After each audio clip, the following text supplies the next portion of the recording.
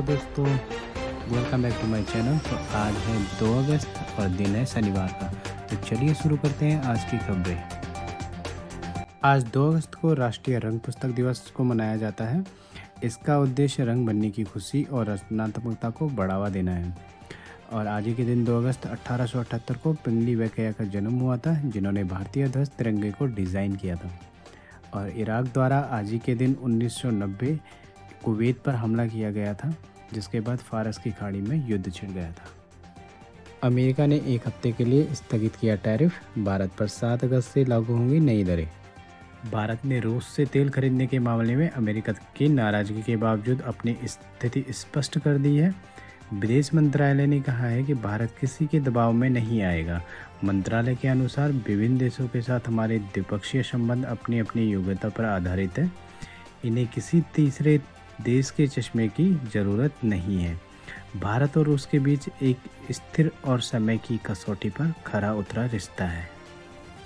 अमेरिकी राष्ट्रपति Donald Trump की ओर से भारत की अर्थव्यवस्था को डेड इकोनॉमी कहने के बाद कांग्रेस नेता राहुल गांधी ने मोदी सरकार को घेरने की कोशिश की। उन्होंने कहा कि ट्रंप सही बोल रहे हैं, लेकिन इसके बाद राहुल गांधी की पार्टी के ही 2 सीनियर नेताओं ने ये बयान दिया कि भारतीय अर्थव्यवस्था अच्छा प्रदर्शन कर रही है और ट्रंप के द्वारा ये सब गलत बोला गया है।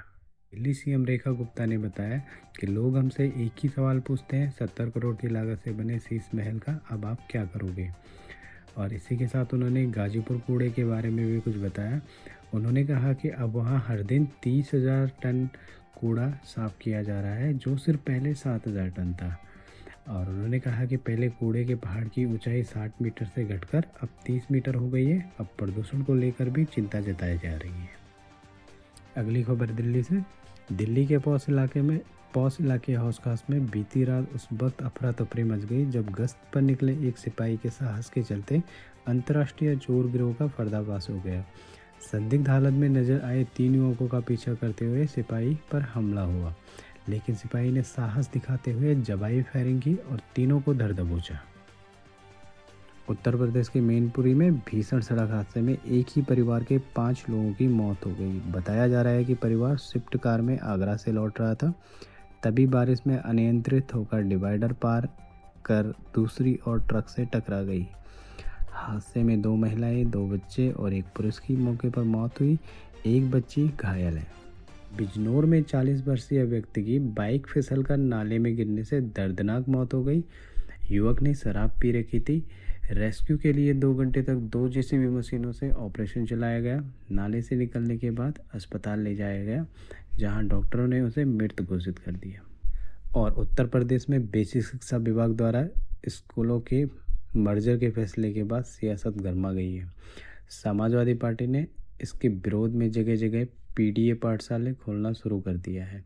पीडीए का अर्थ पिछड़ा, दलित और अल्पसंख्यक बताया गया है।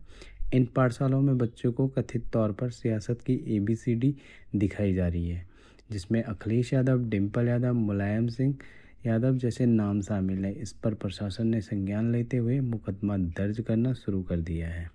वाराणसी में गंगा और वरुणा नदी के बढ़ते जलस्तर से बाढ़ ने तबाही मचा दी है। केन, बेतवा और चंबल बांधों से छोड़े गए पानी के चलते हालात गंभीर हो गए हैं। बुनकरों के करघे डूब गए हैं। लोग घर छोड़कर पलायन कर रहे हैं। गरीब मजदूर और बच्चों के सामने भोजन और सुरक्षा का संकट खड़ा हो गया है। वही प्रशासन अलर्ट पर है। खबर उत्तर प्रदेश के गाजियाबाद की। उस्मान कॉलोनी में मानसिक रूप से कमजोर युवक को चोर समझकर भीड़ ने पेड़ से बांधकर बेरहमी से पीटा। युवक बुलंदशहर का निवासी और मानसिक रूप से बीमार है। पुलिस ने उसे बचाया और आरोपी की पहचान कर कार्रवाई की बात कही है। अगली खबर है हरदोई से। 20 साल की शादी और 4 बच्चों की जिम्मेदारी उठाने वाला एक मजदूर पति पत्नी की बेवफाई और बेरुखी से इस कदर टूट गया कि उसने जहर खाकर अपनी जान दे दी। यह घटना तब सामने आई जब मृतक की पत्नी मोहल्ले में रहने वाले दूसरे समुदाय के युवक के साथ भाग गई। खबर नागपुर से। नागपुर में 8 पुरुषों से शादी कर ठगी करने वाली लुटेरी दुल्हन समीरा फातिमा को गिट्टी खदान पुलिस ने गिरफ्तार किया है।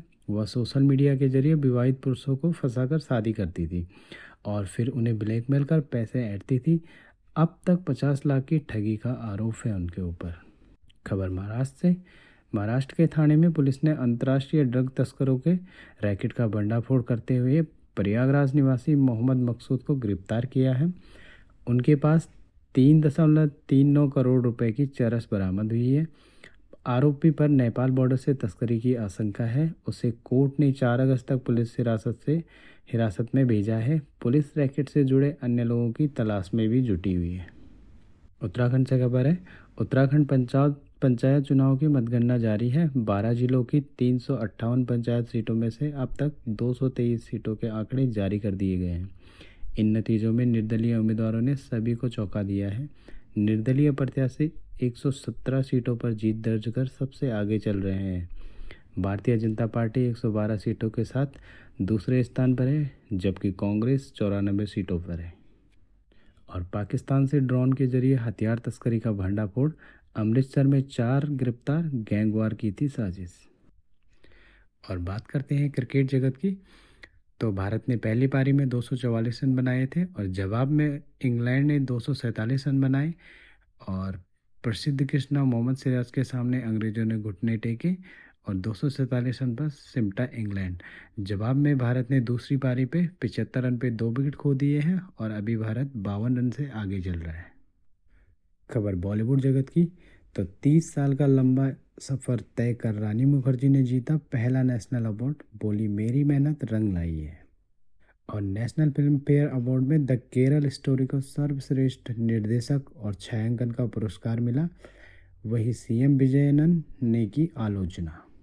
दोस्तों, अगर आपको ये जानकारी अच्छी लगी तो वीडियो को लाइक करें, शेयर करें और ऐसे ही आसान भाषा में खबरों के लिए हमारे चैनल को सब्सक्राइब जरूर करें। मिलते हैं अगली वीडियो में, तब तक